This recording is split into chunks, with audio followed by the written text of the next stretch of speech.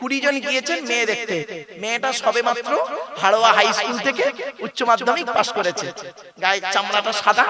আপনারা দেখতে গেছেন 20 জন লোক গিয়েছেন তার বাড়ি। কটার সময়? বেলা 11টার সময়। নাস্তা ঢুকিয়েছেন, আবার ভাতও ঢুকিয়েছেন, বিকেলবেলা আবার ফল ঢুকিয়েছেন। ঢুকিয়ে নিয়ে আবার চা ঢুকাচ্ছেন। ঢোকানোর পর উকিলকে বলেছেন, উকিলকে উকিল বলেন না ফটক বলেন না ঘটক, কোনটা? ঘটক, ঘটক ফটক যাই হোক না বাবা, চলো ওই উকিলটাকে ঘটকটাকে বলেছেন, কই ভাই তোমার মেয়ে নিয়ে এসো। এবার মেয়েটা আসছে, 20টা লোক বসে আছে, 20 শ্রেণীর লোক, 4টে বুড়ো বসে আছে একদম লাইন দিয়ে চেয়ারে। মেয়েটি আসছে উচ্চ মাধ্যমিক পাস, ইন্টারভিউ দিতে আসছে 20 জন লোকের সামনে। এসে এবার মেয়েটা এসে প্রথম হাত পা কাঁপছে, এসে বলছে আসসালামু আলাইকুম। তা মেয়েটা সালাম দিল। সালাম দেবার পর আপনারা কি বললেন? ওয়ালাইকুম আসসালাম। ও বাবা, ওই যে 4টে বুড়ো বসে আছে ওদের মধ্যে একটা বুড়োর নজর এত খারাপ, হারামখোরটা দেখতে থাকে আর মনে মনে বলছে আমাদের সময় এসব মেয়ে কোথায় ছিল তা কি জানি, আমার বুড়িটা কালো ভেদলি হয়েছে। এই কত লোক মেয়ে দেখতে গিয়ে নিজে বে করে নিয়ে চলে যাচ্ছে, ঠিক না বেটি? বাস্তব বলছি গো বাবা। এবার করলো কি? প্রথম প্রশ্ন আপনাদের শোনেন, কোথায় ঘা পড়ছে। প্রথম প্রশ্ন আপনারা মেয়েটাকে করেছেন কি, তোমার নাম কি? তো মেয়েটা প্রথম বলল, একটা তৈরি করা নাম বলছি, মোসাম্মাত জঞ্জালি খাতুন। হয়ে গেল। তোমার বাপের নাম কি? তা মেয়েটা ধরুন একটা নাম বলল, তৈরি করা নাম, মোহাম্মদ চিটিংবাজ আলী মোল্লা। এ বাবা জান, আমি আব্দুল জব্বার বলে ফেঁসে গেছিলাম এক জায়গায়। আরে আমি বলেছি, ধরুন মেয়েটা বললো আমার বাপের নাম আব্দুল গফফার মোল্লা। এখন আব্দুল গফফার মোল্লা বলে একজন হাজী সাহেব ছিল, সে উঠে দাঁড়িয়ে বলছে আল্লাহর কসম করে বলে হুজুর আমার কোনো মেয়ে নেই। আমি সেই দিক থেকে বলি বাবা আর এরকম নাম বলবো না, তৈরি করা নাম বলি। যাই পাই, মেয়েটা বললো চিটিংবাজ আলী মোল্লা। ভালো, তোমার মায়ের নাম কি? তা বললো মেয়েটা ধরুন মোসাম্মাত হিংসুটি বিবি। যাক, 4 নাম্বার প্রশ্ন আপনারা কি করেছেন? তুমি কোরআন পড়তে পারো, ঠিক না বেটি? তো মেয়েটা বললো জি। আপনারা বললেন পড়ো। তো মেয়েটা কোরআন পড়তে লাগলো। তারপরে মেয়েটার মুখ দেখলেন, দেখার পরে কি করলেন? আচ্ছা আপনি এসেছেন কখন? মেয়েটার বাড়িতে এসেছেন কখন? 11টায়। কতজন এসেছেন? 20 জন। কি কি খেয়েছেন? নাস্তা, ভাত, বিকেলে ফল, চা, বিস্কুট। টোটাল মিলে 20 জনের কত টাকা খরচা হবে? কমসে কম 1010 টাকা হবে না? আরে ভাই বলুন না, 1010 টাকা তো হবে। এই হারাম করে দিচ্ছে ক টাকা জানেন মেয়েটার হাতে? 200 টাকার একটা নোট। এই ভিখারি বাচ্চা, এই মেয়ে ছেলেরা 200 টাকার নোট দিল, ওই টাকাটা নিয়ে একদম সকলের সামনে ওর মুখে মারবি একদম। ছোট লোক কোথাকার। কেন 500 টাকার একটা নোট জুটলো না তোর কপালে? কথাটা শুনতে খারাপ লাগছে জানি, কিন্তু আমার বলতে খারাপ লাগছে না। এটা নাম যদি বলি চোখটা খুলবে না। চলুন তো ভালো কথা।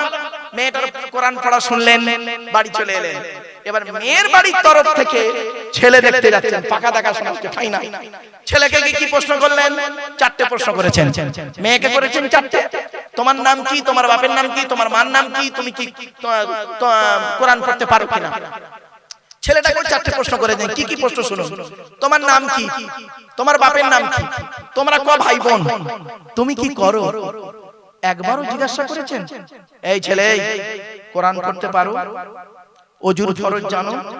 তায়াম্মুমের ফরজ জানো? গোসলের ফরজ জানো? নাপাক থেকে কি করে পাক হতে হয় জানো বাবা? একবারও প্রশ্ন করেননি, খালি খেয়ে চলে এসেছেন তার বাড়িতে। কিয়ামতের মাঠে ওই দেখাশোনা করার লোকগুলোকে যে কি করবে? কবরে ঢোক, কবরে ঢোক। তবে কি বলবো বাবা, এখন আর দেখাশোনা করার বিয়ে আছে না? অনলাইনে চলে আসছে সব, অনলাইনে। যাই হোক, এখন আর দেখাশোনা উঠে গেছে, খুব কম হয়, এখন অনলাইনে বেশি। আর দেখাশোনা করে বিয়ে হলেও আবার সমস্যাও হয়ে যায়। কি বলবো, 6 মাস সংসার করে আবার পালিয়ে যাচ্ছে। কোথায় কে পালাচ্ছে তার কোনো ঠিক নেই, আল্লাহ ভালো করুক। যাই হোক বাবা, এর ফলে কি লাভ হলো আর লস হলো শুনেনি?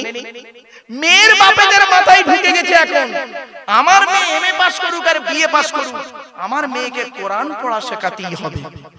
ইমাম সাহেবের কাছে হোক, মলি সাহেবের কাছে হোক, মায়েদের কাছে হোক, কোরআন পড়িয়ে নিল। আর ছেলের বাপেদের মাথায় ঢুকে গেছে, আমার ছেলে কোরআন পড়ুক বা না পড়ুক, নামাজ পড়ুক না পড়ুক, আমার ছেলের জলপথ থাকলেই হবে, টাকা থাকলেই হবে, জরি দর্জি ফুল মেশিনের ওস্তাকার হলেই হবে, টাকা থাকলেই হবে আমার ছেলের বিয়ে। ফলে কি দাঁড়ালো, 40 বছর পরে বুড়োগুলো কোরআন পড়তে পারে না, বুড়িগুলি কোরআন পড়তে পারে। বাড়ি থেকে ভাব, আমার বাপেরা এই কাজটা আপনার ছোটবেলায় করা উচিত ছিল। এখনো সময় আছে বাপ, এখনো সময় আছে। মসজিদের ইমাম সাহেবের কাছে বসে, এলাকার কোন আলেম ওলামা যদি থাকে তাদের কাছে বসে কোরআনটা শিখে নেবেন। কোরআনের ভিতরে সব রয়েছে, সব রয়েছে। কি নেবেন? বাংলায় কোরআন বের হয়ে গেছে, বাংলা অর্থগুলো পড়বেন। আরে America, London, France, Britain, Japan, Jordan, Germany কোরআন তারা পড়ে গবেষণা করে ইসলামের কালেমা পড়ে মুসলমান হচ্ছেন, আবার কি পরমাণু বোমা তৈরি করছে। কি নেবেন? সবই রয়েছে কোরআনের ভিতরে। ভূগোল নেবেন, গোটা ভূগোলটাই কোরআনের ভিতরে। ভৌত বিজ্ঞান নেবেন, কোরআন থেকে। জীবন বিজ্ঞান নেবেন, কোরআন থেকে। কি নেবেন বলুন? সবই রয়েছে কোরআনের ভিতরে, ডাইরেক্ট ইনডাইরেক্ট। এই কোরআন কি নিয়ে গবেষণা করছে কারা? America, London, France, Britain, Japan, Jordan, জার্মানির ঠান্ডা করে বসে বসে কোরআন কি নিয়ে গবেষণা করছে। কারা করেছে? Humphry Davy, Michael Faraday, Einstein, Isaac Newton, doctor Maurice বুখাইরি, মিস্টার কুক, মিস্টার জাবিরি, mister Campbell, Raja Rammohan Roy, Ishwarchandra Vidyasagar, Rabindranath Tagore, Acharya Jagadish Chandra Bose, Francis Drake, Williams কিথমুর Williams, Herbert Thomas, George Bernard, এরা কোরআন কি নিয়ে গবেষণা করলো। আর আমরা কিছু মৌলবি, সকলে নয়, কিছু মৌলবি আমরা কি করলাম? কোরআনটাকে নিয়ে তেল পড়া, পানি পড়া, ওয়াজ করা, খতম পড়া, তাবিজ মোড়া, ঘর বন্ধ করা, আর নিজেদের মধ্যে মারামারি করে। এ ওর বলে কাফের, ওর বলে কাফের, ঠিক না বেটি? নিজেদের মধ্যে মারামারি করছে। কিরা মারামারি দেখবেন? বুকে হাত বাঁধা, নাভির নিচে হাত বাঁধা, গোল টুপি, লম্বা টুপি, চেরা জামা, ফাড়া জামা, তবলিগ, ফুরফুরা, বেরেলি, ওয়াহাবি, জামাতে ইসলাম, কিয়াম করা না করা, দোয়া করা না করা। এ ওর বলে কাফের, ওর বলে কাফের। আল্লাহ আল্লাহ নবী বলছেন, তুমি যাকে কাফের বলছো সত্যিকারে যদি সে কাফের না হয়, বললেওয়ালা নিজে কাফের। একটা আঙুল আপনাদের দিকে লাগিয়ে দিলাম আজকে, সরি ক্ষমা চেয়ে নিচ্ছি বাবা, ক্ষমা চেয়ে নিচ্ছি। একটা আঙুল আপনাদের দিকে লাগিয়ে বলছি, আপনারা সব চিটিংবাজ। আচ্ছা কটা আঙুল আপনাদের দিকে? আরে ভাই বলুন না। একটা, তিনটা আঙুল কোন দিকে? টিভিল চিটিংবাজ।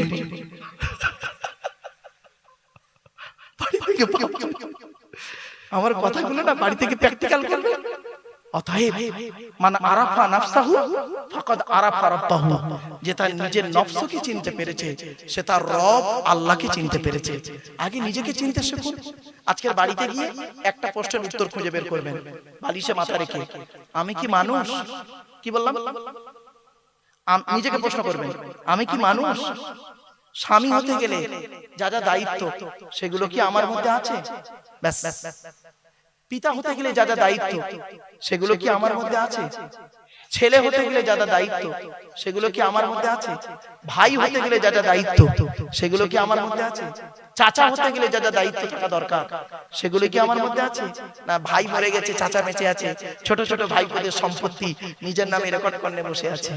উনি আবার হাজি সাহেব, হুক মেরে কারেন্ট নিয়ে পাকা চালিয়ে তাহাজ্জুদের নামাজ পড়ছে। চাচা চুরি করা কারেন্টে পাকা চালিয়ে তাহাজ্জুদ। রাগ করবেন না বাপ, হুক মেরে কারেন্ট নিয়ে পাকা চালিয়ে তাহাজ্জুদ চলছে। আমার বাস্তব অভিজ্ঞতা বলছি বাপ, বাস্তব অভিজ্ঞতা, বুঝলেন? এমনও শ্রোতা আছে, 2000 সালে ওয়াজ করছি দক্ষিণ 24 পরগনা একটা প্রত্যন্ত অঞ্চলে, 4 ঘন্টা ওয়াজ হয়ে গেছে, মোনাজাত করব, হঠাৎ থেকে একটা লোক উঠে দাঁড়িয়েছে, দাঁড়িয়ে বলছে, হুজুর আমার একটা প্রশ্ন আছে। আমি বললাম কি প্রশ্ন বাবা? বলছে হুজুর আমি সুন্দরবন জঙ্গলের ভিতরে ওযু করে নামাজের মুসাল্লা বিছিয়ে নামাজ পড়ছি, এমত অবস্থায় আমার সামনে রয়্যাল বেঙ্গল টাইগার বাঘ এসে হাজির। এই মুহূর্তে আমি নামাজ পড়বো না নামাজ ছেড়ে দেব? আমি তখন দেখলাম এর উত্তর কোরআনেও নেই, হাদিসেও নেই। সুতরাং ও যেমন আনাড়ির মতো প্রশ্ন করেছে, আমাকেও উত্তরটা আনাড়ির মতো দিতে হবে। তা আমি একটা উত্তর দিয়েছি, দেখুন তো হচ্ছে কিনা, উত্তরটা হয়েছে কিনা। তখন আমি বলছি বাবা বাবা তুমি সুন্দরবন জঙ্গলের ভিতরে ওযু করে নামাজের মুসাল্লা বিছিয়ে নামাজ পড়ছিলে তাই তো? জি। এমত অবস্থায় তোমার সামনে রয়্যাল বেঙ্গল টাইগার বাঘ এসে হাজির। এই অবস্থায় তুমি কি করবে তাই তো? দেখো ওই বাঘ দেখে যদি তোমার ওযু থাকে তাহলে নামাজ পড়বে, আর ওযু চটে গেলে পালাবার লাইন করবে। তোর বাঘ দেখে কোন দিক দিয়ে কি বেরোবে আল্লাহ জানে। উত্তরটা হয়েছে ঠিক? ঠিক আছে তো? আমার ভাই দেখ এই বাচ্চাগুলো হাসছে, তোরা বুঝতে পারছিস? হ্যাঁ বললে হবে, এসব নরমালের বাচ্চা নয়, সব সিজারের বাচ্চা, বহুত চালাক। চলো বাস্তবটাই বলছি। আসলে কি জানেন, আমার একটা অভ্যাস খারাপ, আমি এই টাইম ধরে ওয়াচ করতে পারি না। আমি টাইম ধরে করেছি, কখন 11টা বেজে গেছে, 3 ঘন্টা কখন হয়ে গেছে, 11টা বেজে গেছে। চলেন আমার পরবর্তী বক্তা আসবেন, এজন্য মা বোনদের বলি বল দেবো। আচ্ছা ঠিক আছে বলছি বাপ, ঠিক আছে। এই দেখেছেন তো এরকম এইটা আগে বলতে পারলেন, পালাবার সময় বলছেন। আচ্ছা যাক শুনেন, আমি বলে দিচ্ছি বাবা বক্তা আসুন, আমি বলে দিই বাপ শুনেন। জুম্মার দিনে নামাজে আগে খুতবা তাই তো, আর ঈদের সময় নামাজের পরে। প্রথমে কি ছিল দেখা যাক। আল্লাহ নবীর জামানায় প্রথম জামানায় নবীর প্রথম অবস্থাতে নামাজের পরে খুতবা হতো ঈদের মতো। ঈদে যেমন নামাজের পরে খুতবা হয়, তো জুম্মার নামাজ পড়িয়ে 2 রাকাত নামাজ পড়িয়ে নবীজি খুতবা দিতেন, সাহাবীরা শুনতেন। একদিনের একটা ঘটনা, কোরআনের আয়াত, সূরা জুমার শেষ আয়াতটা। নবীজি 2 রাকাত নামাজ পড়িয়ে খুতবা দিচ্ছেন। এমন সময় মদিনার বাজারে কিছু ফেরিওয়ালারা এসেছে। তখন কিছু সাহাবী তারা করছে কি, একটা একটা করে ভালো ভালো মালগুলো কিনবে বলে উঠে চলে যাচ্ছে। নবীজি খুতবা দিচ্ছেন, নবীজি খালি দেখছেন, উঠে চলে যাচ্ছে, নবীজি কিছু বলছেন। তো নবীজির খুতবা শেষ হয়েছে, দেখা গেল মসজিদ ভর্তি লোক, সব চলে গেছে। 12 জন লোক বসে আছে। এটা মনে রাখবেন, 12 সংখ্যাটা মনে রাখবেন। 12 জন সাহাবী বসে আছে, সব চলে গেছে। নবীজি খুতবা শেষ করে বললেন, আমি তোমাদের মাঝে আর উপস্থিত আছি। এই অবস্থা যদি হয়, নামাজ পড়েই যদি এই খুতবা শুনতে যদি পালায়, তাহলে আমার ইন্তেকালের পরে মানুষ কি করবে? নামাজ পড়বে আর পালাবে, খুতবাই শুনবে না। খুতবা শোনা হলো ওয়াজিব। অতএব এই জুম্মায় যা হয়েছে, সামনের জুম্মা থেকে নামাজের আগে খুতবা হবে। তাহলে খুতবাও শোনা হবে, নামাজও পড়া হবে, দুটোই হবে। এবার আসছি, জোহরের নামাজ তো 4 রাকাত নাকি, আর জুম্মার নামাজ 2 রাকাত। জুম্মার নামাজও 4 রাকাত, 2 রাকাত নামাজ আর 2 রাকাত খুতবা।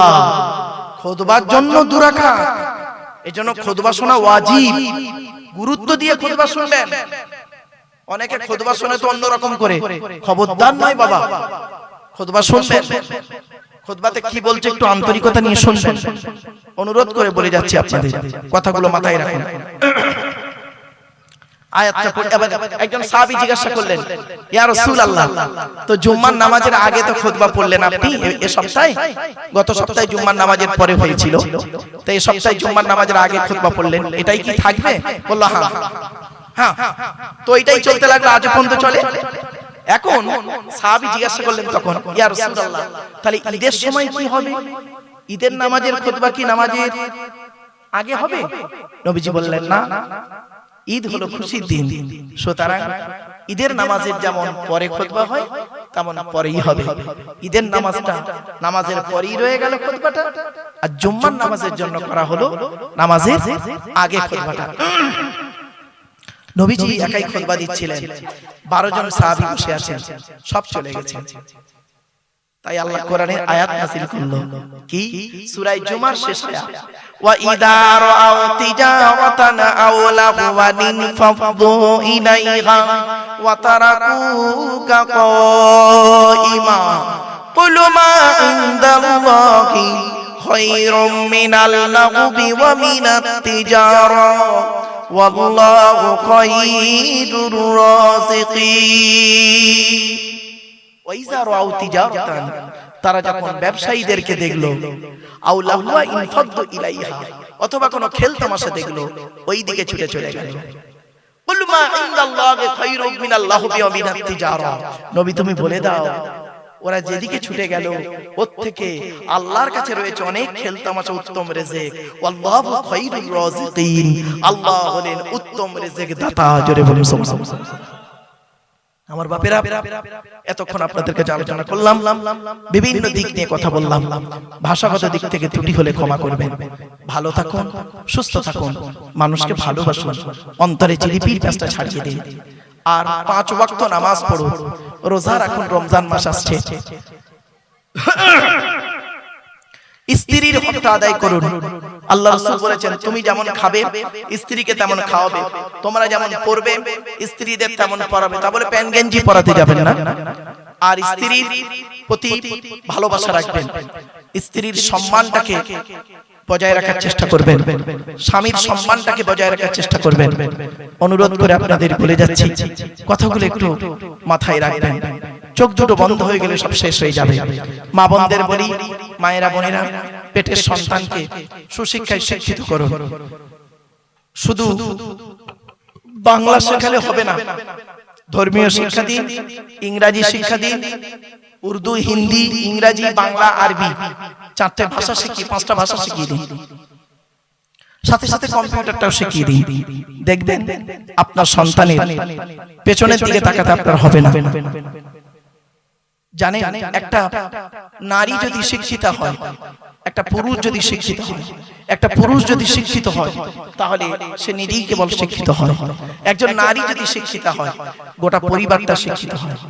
এজন্য মা এমন একজন শিক্ষিকা যেটা কল্পনার বাইরে।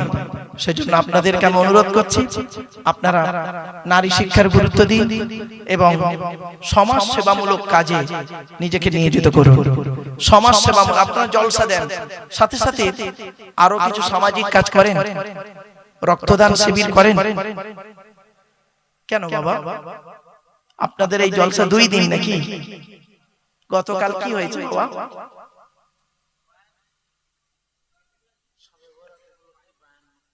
আচ্ছা, শবে বরাত উপলক্ষে বায়ান, বক্তব্য, জিকির, ভালো কথা। তো অন্তত ধর্মীয় কাজ করলেন, সামাজিক কাজ কি করলেন? শুধু জলসাই করলেন? শোনেন, বস্ত্র বিতরণ করবেন, খুব ভালো সামাজিক কাজ, রাসূলুল্লাহর হাদিস, এটা আমার কথা না। চক্ষু পরীক্ষা, ব্লাড ডোনেশন ক্যাম্প, এলাকায় স্কুলের ছেলেগুলো, মাদ্রাসার ছেলেগুলো যারা ভালো রেজাল্ট করেছে গত বছরে, তাদেরকে এনে 2টো প্রাইজ দিলেন। ওইটা দেখে আপনার ছেলে মেয়ে মনে একটা স্পৃহা জন্মাবে যে আমিও যদি পড়াশোনা করি আমারও দেয়া হবে। এলাকায় যে ছেলেটা ডাক্তারি পড়ছে, ইঞ্জিনিয়ারিং পড়ছে, অথবা ল পড়ছে, অথবা পিএইচডি করছে, তাকে ডেকে ছোট্ট একটা সংবর্ধনা দিলেন। খুব বেশি টাকা লাগে না। এলাকার জ্ঞানী গুণী বুদ্ধিজীবীদের ডেকে একটা সম্মেলন করলেন, একটা টপিকসের উপরে আলোচনা রাখলেন যে হযরত মুহাম্মদ সাল্লাল্লাহু আলাইহি সাল্লাম কেমন ব্যক্তি, তাদেরকে নিয়ে তাদের মতামত একটু আলোচনা মানুষদেরকে শোনালেন। এই যে কত ভালো জিনিস, পরে বুঝতে পারবেন বাবা। যাই হোক, এতক্ষণ আলোচনা করলাম বাবা, ভাষাগত দিক থেকে ত্রুটি হলে ক্ষমা করবেন। সামনে রমজান মাস, মা বোনদের বলি রমজান মাসে রোজাটা আদায় করবেন। বাবাজি যুবক ভাইদেরকে বলছি রোজাটা আদায় করবেন। সাহারি, ভোরের বেলা যে খাবারটা খান তাকে সাহারি বলা হয়। সাহারি খাবেন, যদি খেতে ইচ্ছা না করে 1 ঢোক পানি অন্তত পান করবেন। ইহুদিরা রোজা রাখে, শুনে নিন, ইহুদিরা রোজা রাখে মুসলমানরা রোজা রাখে। পার্থক্য কি জানেন? ইহুদিদের রোজা মুসলমানদের রোজার পার্থক্য কি? ইহুদিরা সাহারি খায় না, মুসলমানরা সাহারি খায়। এই জন্য নবীজি বলেছেন তোমরা ভোরের বেলা সাহারি খাবে, যদি খিদে নাও থাকে একটা খেজুর অন্তত খাও, অন্তত এক ঢোক পানিও পান করো। এই জন্য সাহারির গুরুত্ব আছে বাবা। সাথে সাথে অনেক সময় মেয়ে ছেলেরা করে কি, বাবাজিরা করে কি, ফজরের সময় সাহারি খেয়ে শুয়ে পড়লো, ফজরের নামাজটাও পড়ে না, ফজরের নামাজ পড়ে না, সাহারি খাচ্ছে। অনেক মানুষ আছে দেখবেন রোজার মাসে রোজা রাখে, নামাজ পড়ে না। অনেকে আবার দেখবেন রোজাও রাখে না, নামাজও পড়ে না।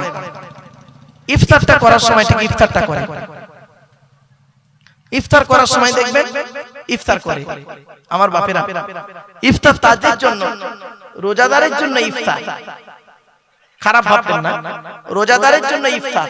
তাই আপনাদের বলে যাচ্ছি বাপ, রমজান মাসে যেমন রোজা রাখছেন ইফতার করবেন। আপনি অনেকের ধারণা হয় আমার ইফতার যদি ও খায় রোজাটা ওর হয়ে যাবে। এই জন্য দেখবেন কেউ একসঙ্গে ইফতার করতে চায় না, যে যার ঘরে ইফতার করে। কেন বাবা?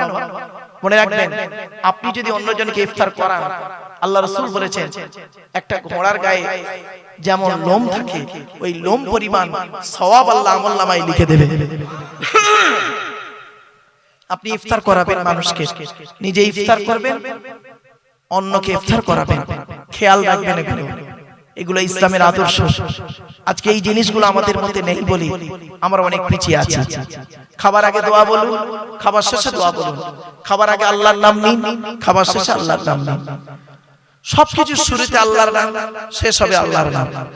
আল্লাহর নামেই শুরু করবেন। আল্লাহ রাসূল বলেছেন প্রত্যেকটা কাজ আল্লাহর নামে শুরু করো।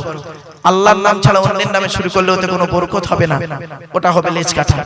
তাই বাবা পরবর্তী বক্তাকে নিয়ে আসেন। প্রায় 11:30 বেজে গেছে বাবা। পরবর্তী বক্তা তিনিও আলোচনা রাখবেন। আপনাদেরকে একটা কথা বলে যাচ্ছি, এই জলসা শেষের পরে চেষ্টা করবেন আপনারা কাল থেকে ফজরের নামাজটা আদায় করতে। নামাজ কারোর জন্য মাপ নাই, মনে রাখবেন। আপনার যদি ফজর জোহর কাজা হয়ে যায়, আসর কাজা হয়ে গেছে, মাগরিবের সময় কাজা নামাজটা আদায় করে দিন, চেষ্টা করবেন। কিন্তু নামাজ আপনার মাপ নেই। আপনি কি জবাব দেবেন কবরে গিয়ে?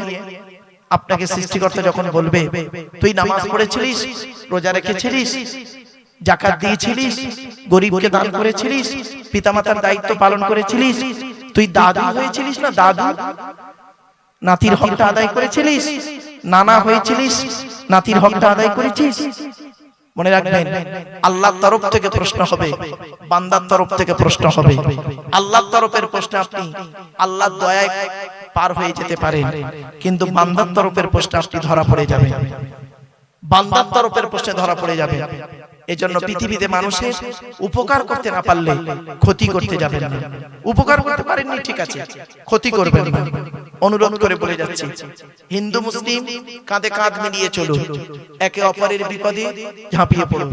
খবরদার কারোর কোনো ধর্ম নিয়ে, ধর্মগ্রন্থ নিয়ে, ধর্মস্থান নিয়ে কটূক্তি করবেন না। কোরআনে নিষেধ আছে। তুমি যদি অন্যের ধর্মকে কটূক্তি করো, গালি দাও, তারাও তোমার ধর্মকে গালি দেবে, এটাই স্বাভাবিক। সুতরাং তুমি তাকে গালি দিও না। তুমি দেখবে আল্লাহ হেদায়েত যার উপরে আছে তার হবে। হযরত উমরের মতো মানুষ রাসূলুল্লাহকে কতল করতে এসে ইসলামের কালেমা পড়ে মুসলমান হয়ে গেল, জান্নাতের সার্টিফিকেট পেয়ে গেল। ঠিক না বেটি? ভাবতে পেরেছেন? কত সাহাবীর ইতিহাস নেবেন, কত সাহাবীর ইতিহাস নেবেন আপনারা। অতএব ভালোবাসা দিয়ে অনেক কিছু হয়।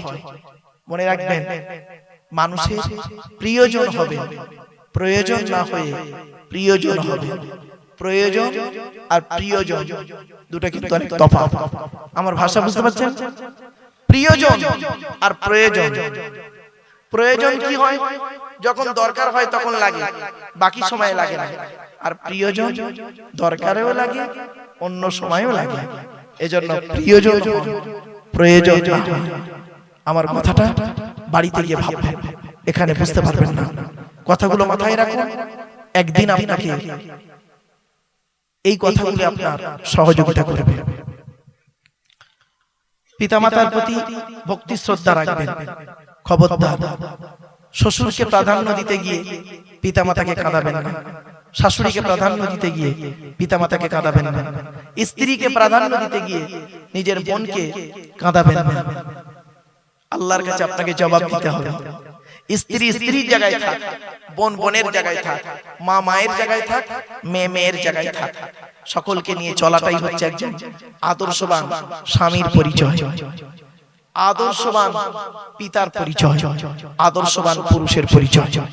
আমার বাপেরা, দ্বিতীয় বক্তা এসে গেছে বাবা। হ্যাঁ অনেক অনেক করে বলেছি, দেখতে দেখতে এতক্ষণ বলতে পারবো আমি ভাবতে পারি। আমি ভেবে চাই যে 1-1.5 ঘন্টা বলে শেষ হয় 2 ঘন্টা। আমি বলি দিই বাবা, আলোচনা করতে করতে একটু বেড়ে যায়। বেশ কিছু কথা আপনাদের কাছে তুলে ধরেছি। চোখ দুটো বন্ধ আপনার হবেই হবে। মৃত্যু 2 রকমের, স্বাভাবিক মৃত্যু, অস্বাভাবিক মৃত্যু। স্বাভাবিক মৃত্যুটা কি? সাধারণত আমরা জানি বয়স হয়ে গেছে, আস্তে আস্তে মানুষটা বৃদ্ধকালে মারা গেছে। অস্বাভাবিক মৃত্যু কখন আসবে কেউ জানে না।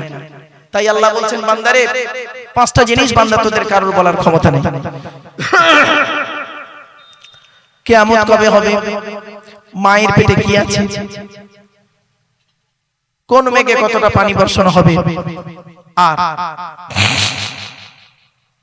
আগামীকাল কি খাবার খাবি, কত টাকা উপার্জন করবি, কোন জমিনে কোথায় কি অবস্থায় তোদের মৃত্যু হবে, এ বলার